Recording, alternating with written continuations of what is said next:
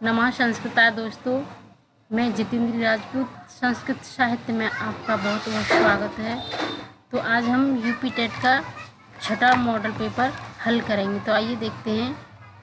ये रहा प्रश्न नंबर 1 आपके सामने। महाभाष्यकार कौन है?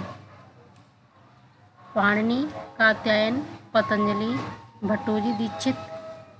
तो कौन है दोस्तों? महाभाष्यकार कौन है? तो ये है सी, पतंजलि। पाणिनि के अष्टाध्यायी है, कात्यायन के सी। ठीक है।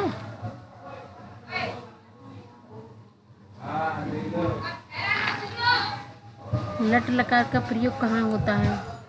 वर्तमान। लट लकार का प्रयोग कहाँ होता है दोस्तों? वर्तमान काल, भविष्य काल, भूतकाल, आज्ञार्थक। कहाँ पर होता है वर्तमान? लट लकार को प्रयोग कहाँ पर करते हैं हम लोग? तो लट लकार को हम क्या कहते हैं? भविष्य काल कहते हैं, भविष्य काल भी। ठीक है। और लट लकार वर्तमान है, लंग लकार भूत है। ठीक है। लोट लकार आज्ञार्थक। ठीक है। चाहिए विद्रोह, चाहिए आज्ञार्थक। चर धातु, चर प्रत्याहार के अंतर्गत वर्ण नहीं आता है। चर प्रत्याहार के अंतर्गत वर्ण नहीं आता है। टा, शा, का, हा।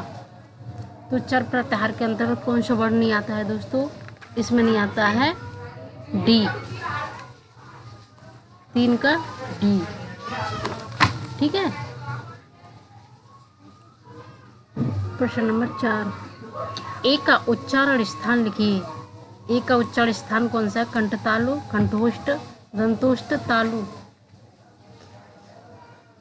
तो दोस्तों ए दो कंठ तालु कौन सा है? ए। ठीक है। कंठ तालु ए का उच्चारण, क्योंकि आ और ए मिलकर क्या होता है? आर ई मिलकर ए होता है। ठीक है। कंठ तालु।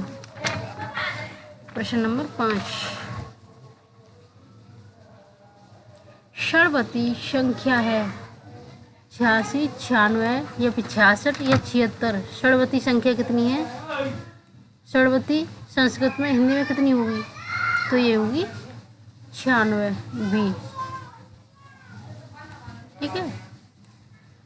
प्रश्न नंबर 6। नदी शब्द का पंचमी एक वचन रूप क्या होगा? नदी शब्द का पंचमी एक वचन रूप क्या होगा?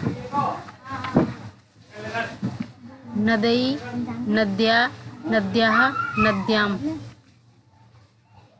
She, she. तो इसका होगा शी। ठीक है।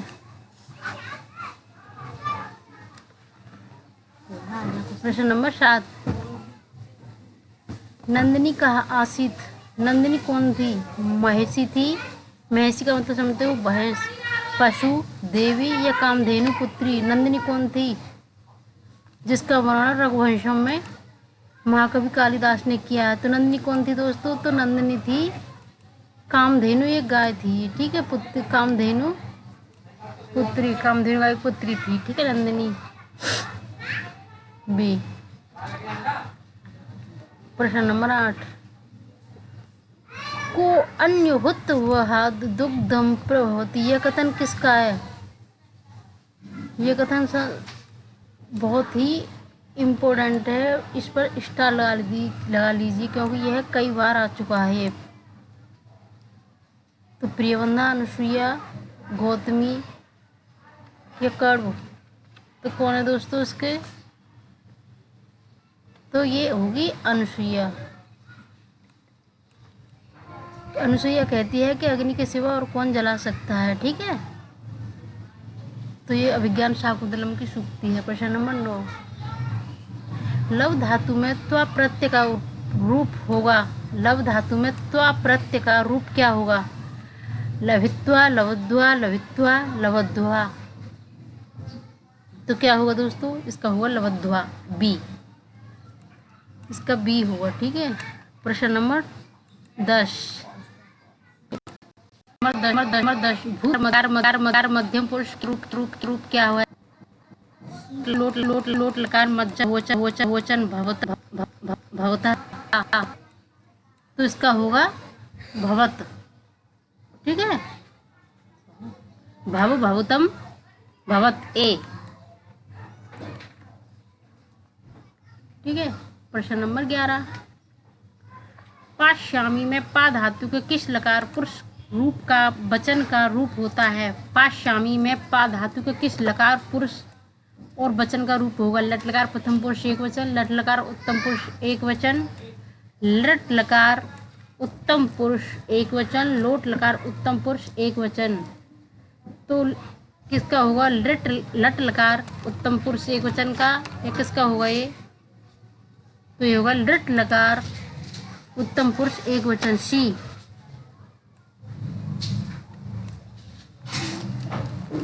प्रश्न नंबर 12।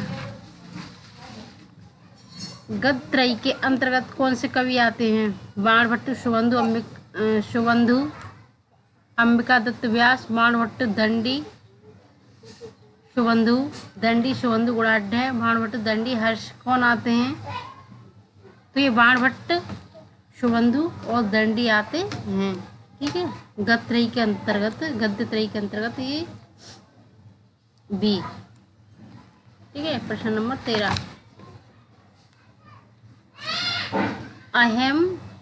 अहम हुआ विद्यालय में गतवान, इस वाक्य में अव्यय पद क्या होगा? अहम गमिष्यामि विद्यालय में ये हुआ, तो क्या होगा?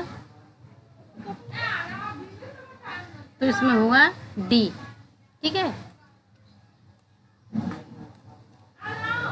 प्रश्न नंबर 14। चोरात विभेति में चोरात पद में कौन सी विभक्ति है? सप्तमी, चतुर्थी, पंचमी या तृतीया? तो चोरात वह चोर से डरता है, कौन? तो इसमें होगी सी, पंचमी, चोरात विभेति। ठीक है, प्रश्न नंबर 15। करण कारक में कौन सी विभक्ति होगी? द्वितीय, चतुर्थी, पंचमी, तृतीय? कर्ता ने कर्म को करण से के द्वारा, तो कौन सी होगी इसमें? इसमें होगी डी। ठीक है, तृतीय विभक्ति होती है कर्ण में।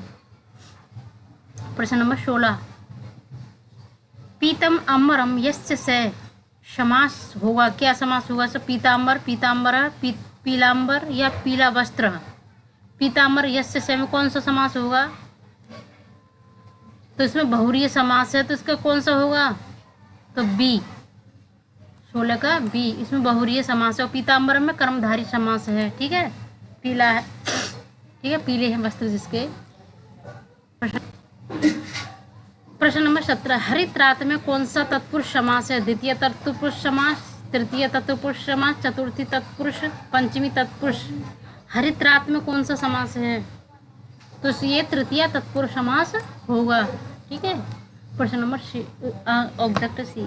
प्रश्न नंबर 18। धातुध्वंस संधि होने पर क्या बनेगा? धात्रांश, धात्रांश, धात्रांश है, धात्रांश है।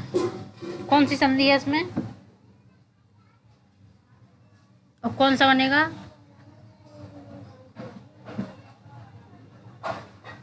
तो इसका होगा डी, धात्रांश। प्रश्न नंबर 19। पवित्रम पद का संधि विच्छेद होगा? पोधन इत्रम, पोधन इत्र, पूधन इत्रम या पूधन इत्रम? पवित्र का संधि विच्छेद क्या होगा?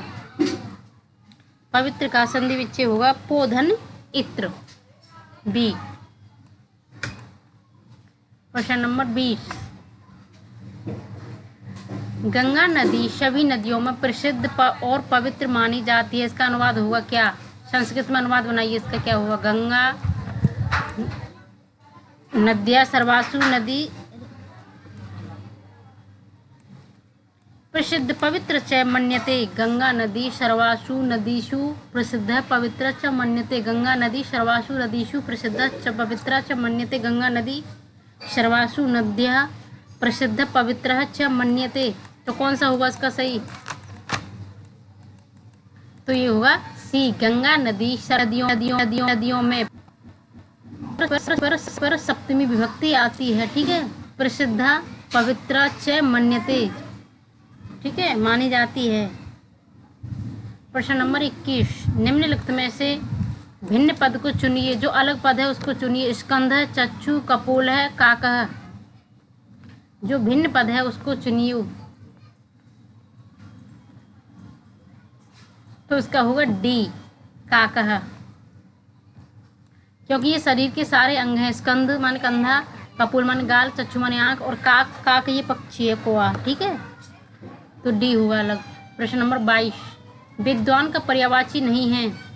सुधी, कोविद, धीमान, श्रीमान, विद्वान का पर्यायवाची नहीं है, तो इसका डी नहीं है, डी। सुधी को हम विद्वान कहते हैं, कोविद को, धीमान को भी, श्रीमान, ठीक है। प्रश्न नंबर 23,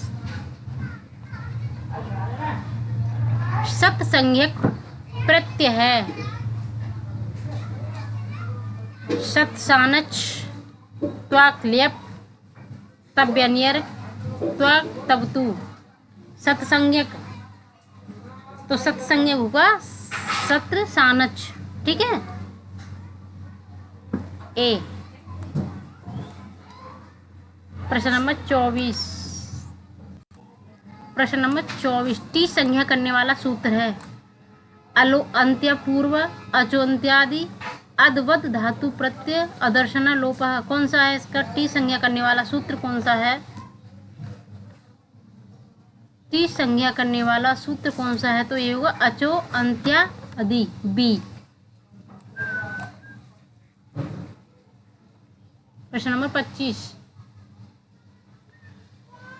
रघुवंशम कैसा ग्रंथ है? नाटक है, महाकाव्य, गीत काव्य, गद्य काव्य। रघुवंशम कैसा काव्य है? तो रघुवंशम क्या है? ये महाकाव्य है। रघुवंशम एक महाकाव्य है। और नाटक विज्ञान शाकुंतलम, गीत काव्य, मेघदूतम है, गद्य काव्य कथा कादम्बरी इत्यादि है, ठीक है। प्रश्न नंबर 26, अशुद्ध विलोम युग्म को चुनिए। अल्पज्ञ का बहुज्ञ, असीम का समीम, अमावस्या का पूर्णिमा, घृत का सुकृत। अशुद्ध विलोम शब्द को चुनियो। अल्पज्ञ का, बहुज्ञ, असीम का, शमीमः। तो जो अशुद्ध विलोम शब्द है उनको चुनिए। कौन सा है अशुद्ध विलोम शब्द? कौन सा है? तो इसका होगा डी, गृहीत का स्वीकृत, क्योंकि गृहीत माने भी लेना, स्वीकृत माने भी स्वीकार करना, तो ये हमारा गलत होगा। प्रश्न नंबर 27,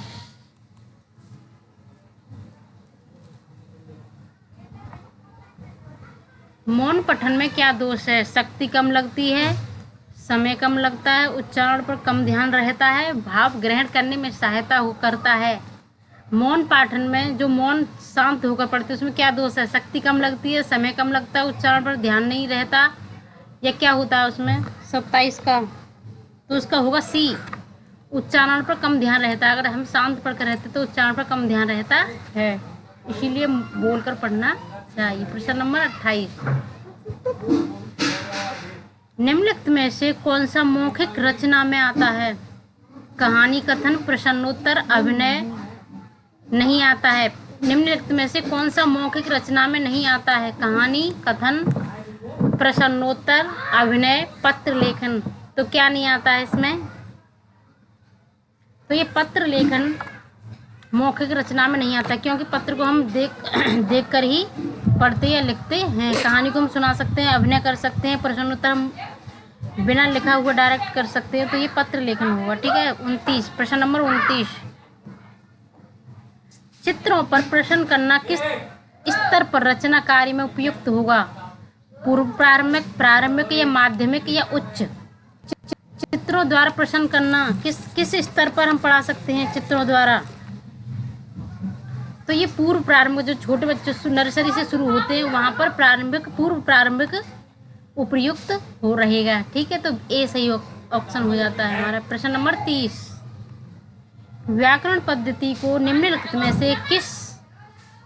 में से और किस नाम से जाना जाता है? पाणिनि पद्धति, पाठशाला पद्धति, हर्वटीय पद्धति या सामान्य करण पद्धति, व्याकरण पद्धति को निम्नलिखित में से हम किस नाम से जानते हैं? तो इसको हम पाठशाला पद्धति के नाम से जानते हैं। तो इसका बी सही हो जाएगा। ठीक है, बी। नमस्कार दोस्तों, आज के लिए इतना ही। फिर मैं उपस्थित हूँ एक नए मॉडल के साथ। कितने मिनट की बनी है?